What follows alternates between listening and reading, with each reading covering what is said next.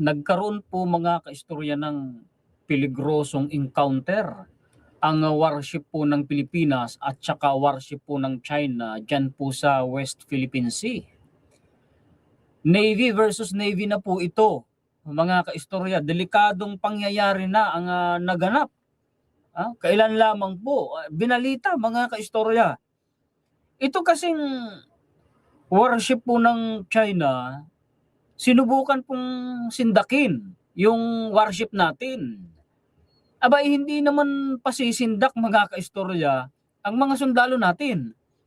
Subok ang tapang ng mga Pilipino, hindi nila kayang takutin yan. Tinarget po kasi ng warship ng China, yung warship natin sa pamamagitan ng parang kumbaga isang electronic warfare nila.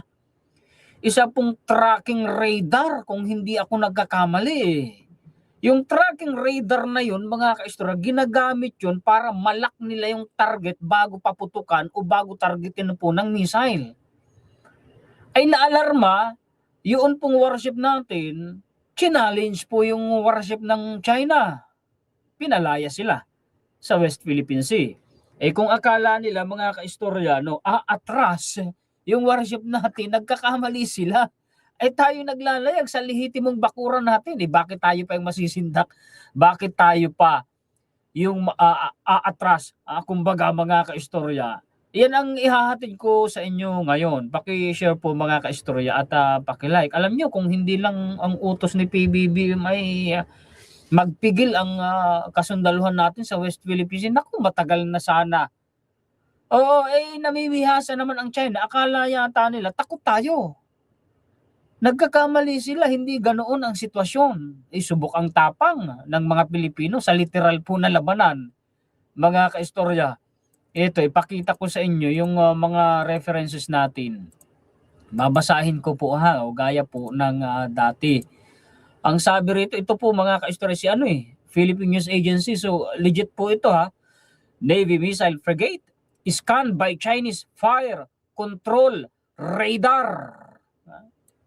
Kala mo yung termino, in-scan lang ng Chinese fire control radar. Pero alamin po natin, ano ba yung fire control radar na yan? At ano ang saan ginagamit yan? At paano yung ginagamit? Ito ang simpleng research mga kaistorya.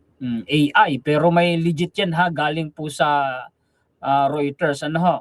Basahin ko lang sa inyo. Fire control radar irradiation of a warship is considered a highly hostile act, often referred as locking on. That can cause both a direct physical harm to personnel and electronics. Ito pala ay delikado rin sa tao at saka sa mga electronic components ng warship natin. As well as significant tactical harm.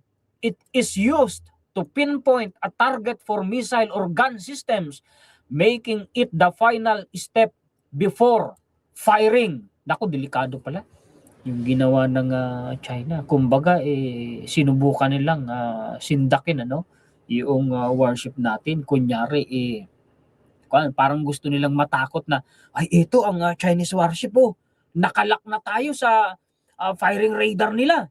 Baka tayo paputukan na ng missile nila. Hindi ganun ang nangyari. Gumanti yung warship natin, mga kaistorya. Pinalaya sila sa West Philippine Sea. Ngayon, kasi baka may magreklamo, AI naman. Yung AI po kasi mga kaistorya, pag nag-research ka, yung binibigay niya agad na quick answer sa research mo, yun po mga kaistorya ay kumbaga pinagsama-sama niya. Isang quick answer na inipon niya. Ngayon, para mabigyan ko kayo ng isang legit na source, ito yan binalita. Itong pangyayaring ito ay binalita po ng Reuters. Ayan mga kaistorya. So basahin ko sa inyo. Fire control radar is used to pinpoint the location of a target for missiles or shells. Okay, paliwanag pa natin. Di ba pag nakakakita kayo ng mga fighter jets, sa halimbawa sa pelikula, ito totoong kagamitan ng fire control radar na yan, mga kaistorya. Di ba ini-scan muna nung piloto Tapos sasabihin niya, lock, sa kanya pipindutin yung kanyang trigger para targetin na ng missile yung nilak niya na fighter jets. So ganun po ang gamit nitong fire control radar na ito, mga kaistorya, na ginamit ng China sa warship natin. Ito pa, dagdag pa natin, electronic system disruption. Interference with electronics, high power FCR, fire control radar, can interfere with or temporarily knock out sensitive communication systems. Isa pang gamit, pansamantala niyang binubulag yung communication systems, pati na yung radar din ng kabila na tinatarget nila, na halimbawa ay warship o kaya naman ay fighter jets. Sensors and electronic equipment on the targeted ship. Destruction of sensitive components. Kaya delikado sa mga electronic components ng warship natin eh. If a fire control radar is powerful enough and directed at close range, it can overload and destroy sensitive front-end electronics or another ship, such as its ESM or electronic support measures, antennas, or communication receivers. Burning through defenses, powerful radar can override jamming signals that a warship uses for protection, rendering defensive electronic countermeasures ineffective. Pwede rin mga kaistorya na makapagdulot po ng harm sa physical na katawan ng tao. Delikado pala talaga yun, yung ginawa na yun ng China. Anyway, dito muna tayo, balikan natin ito para maintindihan natin, magkaroon po tayo na ma-visualize natin yung pangyayari. Ito yan. The Philippine Navy's Naval Defense Command announced that one of its guided missiles frigates, the BRP Miguel Malvar, was reportedly scanned by a fire control radar of a Chinese corvette in the West Philippine Sea on March 7. 21 na ngayon, 2 weeks ago. Ngayon lang binalita. Kailan ba? Anong bang petsa nito? March 20. Kahapon lang. While underway at the vicinity of Sabina Shoal within the Philippines Exclusive Economic Zone, Chinese PLA Navy ship with bow number 622 Jiangkai class corvette aimed its FCR fire control radar towards BRP Miguel Malvar, exercising freedom of navigation. Legal tayong naglalayag. Nasa exclusive economic zone natin tayo, mga kaistorya, at nakasang-ayon sa international law. Bakit ganun ang ginawa ng China? It added that China's use of targeting radar against a Philippine Navy vessel was an alarming and escalatory act. Bakit pa hindi tinuloy ng China? Para nagkaalam. Alam nyo, sa totoo lang, busit na talaga ako eh. Oo. Hindi natin hinahangad ang ganun, na labanan. Kaya lang kasi nakakabuisit na. Para sana, di ba, sabi nga ng mga kaistorya natin, para magkaalaman na eh.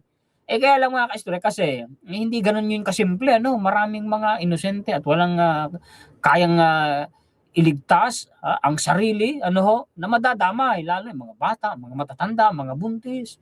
Hindi yun ang hangad natin. Ang hangad sana natin yung patuloy na pag-unlad ng ekonomiya, mga kaistorya. Pero sabi nga, kahit mga senior citizen, nagko-comment, nababasa ko nakahanda sila kung kailangan may mga retirado pang nagko-comment na militar kung kailangan, babalik sila sa serbisyo Subok ang tapang ng mga Pilipino. Akala kasi ng China, mga kaistorya,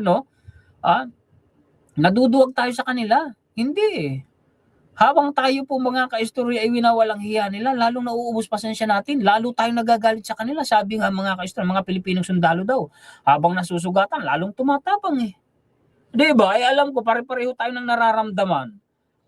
Anyway, then this is the behavior reflected a pattern of coercion na naman, endangers lives, disrupt lawful operation, and challenges the sovereignty of a coastal state. Nangyari daw po ito, mga kaistorya, nung yung warship natin ipapunta po sa Naval Operating Base sa Subic, sa Zambales, pagkatapos umattend sa 3rd International Fleet Review and Multilateral Navy Exercise na ginanap noong February 18 hanggang February 26 sa India. So galing India yung warship natin, pabalik na sa Subic.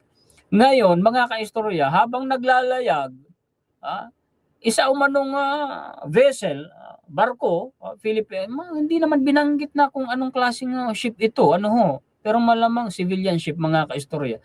Nakadetect umano ng emissions. Emissions, posibleng radar emission mula doon sa fire control radar ng China. O ayan yung sabi mga kaistorya na ang tinatarget ay yung BRP Miguel Malvar. Inalarma nung Filipino ship na yon, siguro niradyohan nila, sinabihan nila na kayo ay ini-FCR na ng warship ng China. Ayan mga kaistorya. It prompted the BRP Miguel Malvar to issue a radio challenge and told the Chinese ship to leave the area to avoid misunderstanding. Niradyohan ng warship natin. Pinalayas. Anong nagawa ng China? Akala ko ba matabay? Sinimulan mo Ba't di mo pa tinuloy?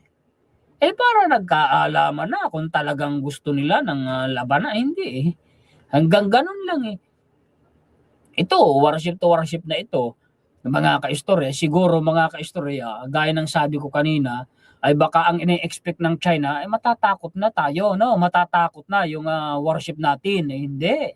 Niradyohan pa nga sila pinalayas. Ito pa, dagdag pang balita mga kaistorya. Sa din ito, sa West Philippine Sea, sa Kalayaan Island Group, habang nagpapatrolya sa himpapawid natin doon, yung aircraft po ng Philippine Coast Guard mga kaistorya, malapit sa Mischief Reef yan or doon sa Panganiban Reef. Sana itinuturing pang atin sana panahon ng Marcos mga kaistorya, hindi pa nakakamkam ng China ng Marcos Sr. Ang ginawa po nitong China mga kaistorya sila ng flares. Pinaanuhan nila ng flares yung atin pong aircraft. Isa na namang pang paninindak. Hindi nila babalik ang eroplano natin diyan, magpapatrolya yan. Hindi yan matatakot diyan mga kaistorya. Itong Mischief Reef, alam nyo ba mga kaistorya or Panganiban Reef, noon walang ganyan. Ang history niyan, ang sabi lang ng China noon sa international community, nagtayo sila dyan ng facility. Pahingahan lang yan ng mga mangingisda namin. Hindi namin yan imimilitarize. Tingnan nyo legit ito. Itong sinasabi ko sa inyo. Sabi nila noon, hindi nila yan imimilitarize. Kumbaga mga kaistorya, pahingahan nga lang ng mga mangingisda nila. Pakaraan ng ilang panahon, nabulaga ang buong mundo. Kompleto na sa military facility ng China ang Mischief Reef or ang Panganiban Reef. Paano natin nasabi? Ito, daming balita na nito mga kaistorya na ginawan ko ng dedicated content. May iron, kumbaga may radar dome. Itong puting ito, radar dome po yan mga kaistorya. Namumonitor niya ng buong South China Sea. Ang kalawakan o himpapawid ng South China Sea. May runway pa, paliparan mga kaistorya. May mga buildings pa dyan. Pwede po mga kaistorya nga pinanunuluyan ng mga military personnel ng China. Gaano kasinungaling ang China? Kaya nga mga kaistorya, yung Scarborough Shoal, pag iniwan niya ng gobyerno natin kahit pa sabihin natin na kontrol na ng China, imimilitarize nila yan. Lalo tayong malalagay sa alanganin. Mabuti na lamang ang utos ng gobyerno natin bantayan.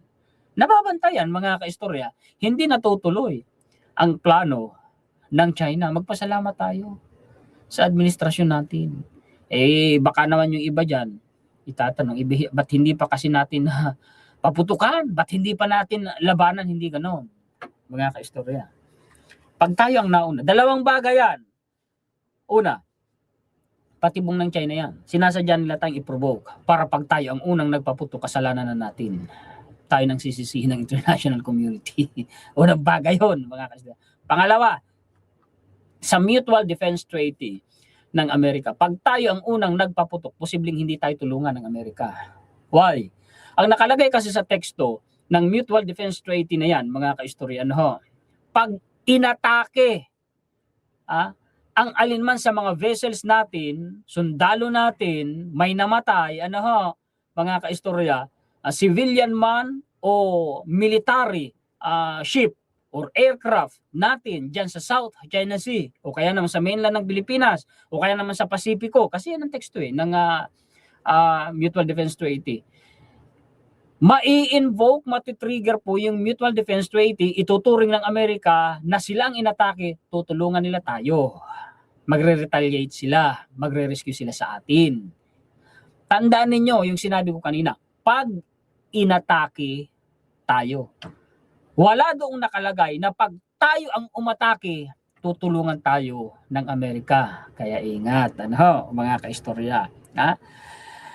Tayo po ay gusto ng China na mahulog sa patibong nila.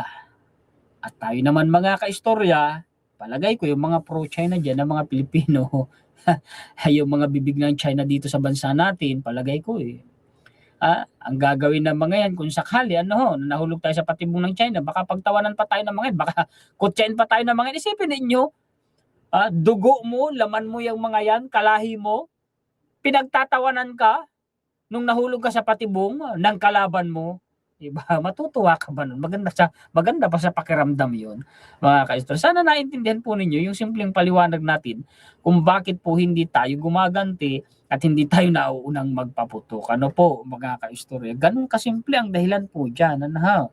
Okay, yan po ang mga balita, impormasyon, komentaryo, kritisismo, opinion at reaksyon na maibabahagi ko sa inyo ngayon. Pakishare naman po at pakilike mga kaistor para yung mga impormasyon na ibabahagi po sa inyo ng inyong lingkod ay magbigay po ng liwanag sa kaisipan po ng atin pong mga kababayan.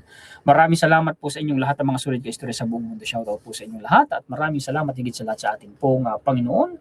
Muli ako po si Juan Historiador, ang tagakwento ng totoong istorya ng kasaysayan na nagmamalasakit sa kapwa ko Pilipino at nagmamahal sa bayang ito ang bansang Pilipinas.